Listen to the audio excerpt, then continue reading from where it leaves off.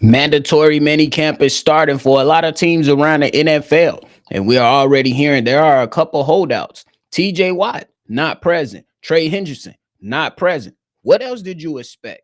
And then on the back end of today's episode, we got to talk about the Vikings and JJ McCarthy trying to capture that Super Bowl within the next 3 years. Y'all know we're going to talk about it and break it all down right after this. Welcome to your number one spot for all NFL news and content, NFL Central.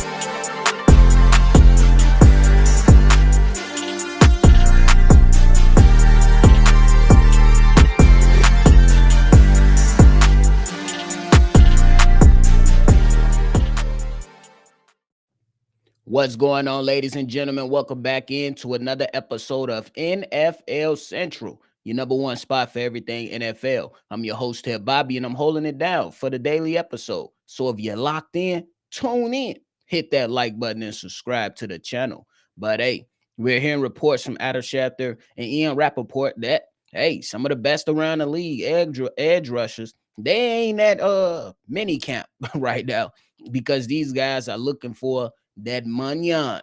And we're going to start off with talking about TJ Watt and the Pittsburgh Steelers. TJ Watt, 31 years old, definitely been an integral part to what the Steelers have been about and what they've been doing the last few seasons. Definitely one of the most important pieces on the Steelers team. And a guy that is saying, I seen Max Crosby get 35 mil. I seen Myles Garrett get 40. I need my money too. And I'm not mad at TJ Watt. Though he is 31 years old, hey, only 1 year left on that deal. And for the money that he's going to be making this season is only about $21 million after that he's received those bonuses early on at the time that he signed that contract. Now, when you look at TJ Watt, this is a guy that has been a terror. You just already know when you talk about the best in the game, you bring up guys like Myles Garrett, you bring up guys like Max Crosby. You cannot leave out TJ Watt as one of the best edges in this league. And rightfully so. My man's want to get paid. He's seen all that money getting dished out. He's seen the Pittsburgh Steelers go out there and trade for DK Metcalf and then re-up on him. My man's TJ Watt want his money too. Now, I will mention that my man's, though he is not in attendance at mandatory minicamp, hey, there is no progress that has been made when it comes to the contract of TJ Watt. And my man's TJ Watt, though he is skipping mandatory minicamp, he can be fined. And so, hey, I don't know how much. They don't have the dollar amount listed right here on NFL.com, but hey, that could be a hefty price for TJ Watt if he's not present at mandatory minicamp. And me personally, I thought that he would be available. I know there was some rumblings early on before mandatory minicamp even started that, hey, he was looking into a contract, but with Aaron Rodgers now on the team, some new faces on the team, some younger guys on the team, and for the Pittsburgh Steelers, who I believe with all these older guys will want to eventually try to make it out the first round to save their lives in the playoffs, they have all hands on deck. But I understand it to a degree. Hey, I'm seeing you seeing Myles Garrett get 40, you seeing Max Crosby get 35, and I'm only making 21 this season according to Spot Rack. I need my money. I'm not mad at the man, especially because how productive he is, especially over the last few seasons. You look at TJ Watt, a guy that is a terror. He's always going to draw the double teams. He's always going to be able to get around that. And we already know the statistics that's crazy out there that when the Pittsburgh Steelers don't have TJ Watt, they ain't winning. So, hey, we know that he's a valuable piece to the Pittsburgh Steelers. So I ain't mad at him. Go get your money, especially because you are within that top three space between these edge rushers. Now, I think the Browns had to pay Myles Garrett that type of money. I don't necessarily think they had to, at least 40. But I think that they went out there because that owner over there is definitely one of those impulsive owners who's like, yeah, we just gonna give you the money. You seen what they did with Deshaun Watson. They gave him that money. And then they said, Myles Garrett, oh, you thought you was gonna get traded? Nah, man, we got 40 M's for you. You want to come sign? My man's Myles Garrett walked right back. He bust a U-turn and came right back inside that contract. But hey, and another guy that's currently holding out is defensive edge. My man's Trey Hendrickson. Like we already know that this was pretty much on the docket. He already made it clear that these talks with the Cincinnati Bengals was a bit more personal now, and he ain't playing games with them. He said he's not playing for the Cincinnati Bengals if he don't get his money. Look, I don't know whether the Cincinnati Bengals are going to get this money simply because you got Joe Burrow on on a high contract, and you just re-upped on Jamar Chase and T Higgins to make them the highest paid wide receiver duo in the league. So Trey Hendrickson, I don't necessarily know where they go from there and look at that type of situation. But I always said, if y'all don't want him, you should have traded him before the draft. I feel like they could have just moved off of him before the draft, and you wouldn't even be in this position right now. But it's being reported by Ian Rappaport that the Bengals and Trey Hendrickson still have not made any progress. And ultimately, if you're looking at if you're from the outside looking in and just reading some of the reports that have come out about some of these contract negotiations, they've been disrespectful. So I don't mind him, Trey Hendrickson, being a little, you know what I'm saying, reluctant to appear on the field for the Cincinnati Bengals, especially if y'all ain't talking that money. If it don't make dollars, it don't make sense in this type of situation. Simply because I was told if I hold out a little bit longer, y'all was gonna take care of me. Now y'all don't want to take care of me. Then y'all stop conversation. The only time I hear about anything from the organization is when the head coach hit me up talking about mandatory minicamp starts in X amount of days or X amount of weeks. No, y'all could take the flying birds with you because it ain't happening. So I understand the gripe when it comes to Trey Hendrickson for sure. But hey, now we move on into the Vikings, man. The Minnesota Vikings, they believe that they have a 3-year window to go out there and capture a Super Bowl. And when you think about it, I would say it's a goal that they should have. This offseason, you've seen the real emphasis on improving the trenches for the Minnesota Vikings. We all love Kevin O'Connell, regardless if you're a fan of the Minnesota Vikings or not. You respect what Kevin O'Connell has done the entire tenure as being a Minnesota Vikings head coach, simply because you've seen guys like Nick Mullins come in and put up decent numbers. You've seen Josh Dobbs, the astronaut, come in and put up decent numbers. You've seen him revitalize Sam Darnold's career to where now Sam Darnold was making over $100 million on that contract, and he's now in Seattle. And there was even some reports that they wanted to retain him, but they just didn't have enough money. I don't know. You follow it. You see what's up with that. And they even went out as far as saying that JJ McCarthy, they going to give him a long runway to see if he can get it done.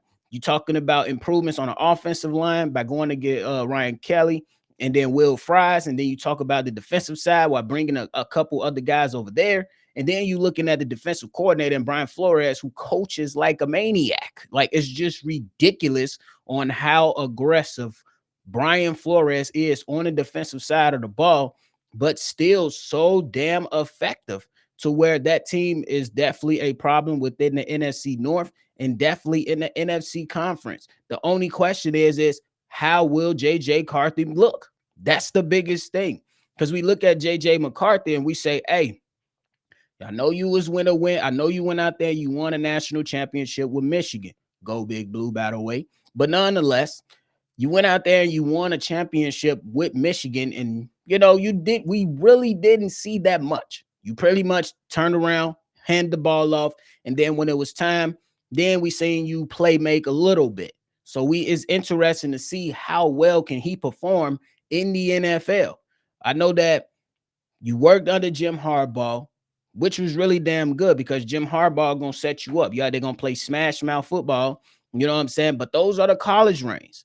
You can't really bank and mortgage the future and say, hey, he's the absolute quarterback that's gonna get us to a championship. And I know that in this NFL, this ain't we gonna play elite defense and run the rock. Now that can be complimentary football, but ultimately you're still gonna need the quarterback to throw the football down the field. Now, what a lot of people are banking on is to see those few glimpses that we got out of JJ McCarthy in preseason. I think it was like only a half to where he looked like he belonged.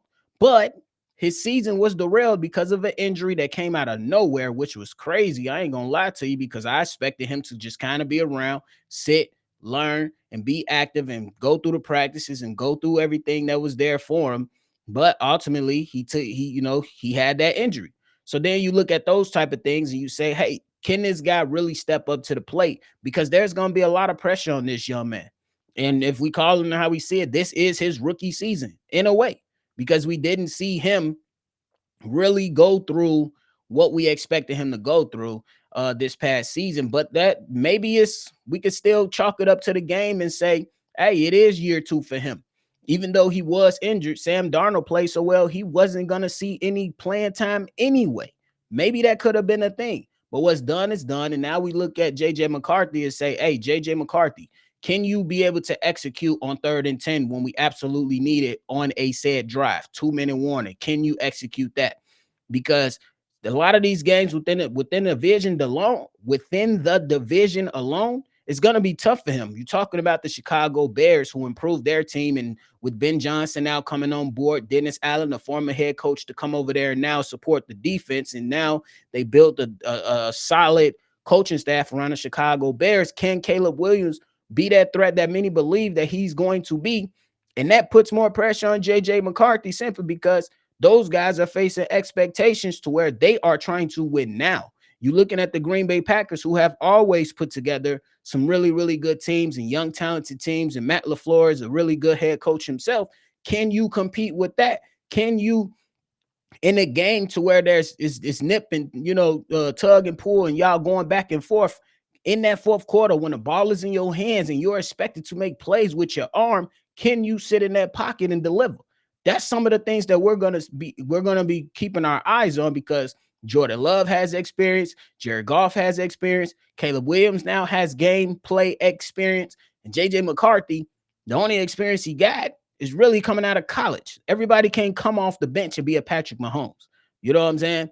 So you got to go through those ebbs and flows of the football game to understand what you need to do better and what can you learn on said plays. So it's going to be a lot of things to expect out of JJ McCarthy. And if they are banking on a 3-year window, that means he has to take significant strides this year, because I don't have them as reaching the Super Bowl this year personally, but anything can happen. And then if you don't get that experience, how well are you going to execute? Well, if you don't have that experience, how well are you going to execute when it really, really matters? Because, yeah, you might have some experience going up against these NFC teams, but for a number of weeks, you're going to be facing NFC teams. And then in the Super Bowl, you play the AFC teams, and that can be against a Patrick Mahomes, a Josh Allen, a Lamar Jackson, a Justin Herbert, or something like that, or even a Joe Burrow. Those matchups can happen. And a lot of people are not going to count on JJ McCarthy to just sit there, hand the rock off, and throw short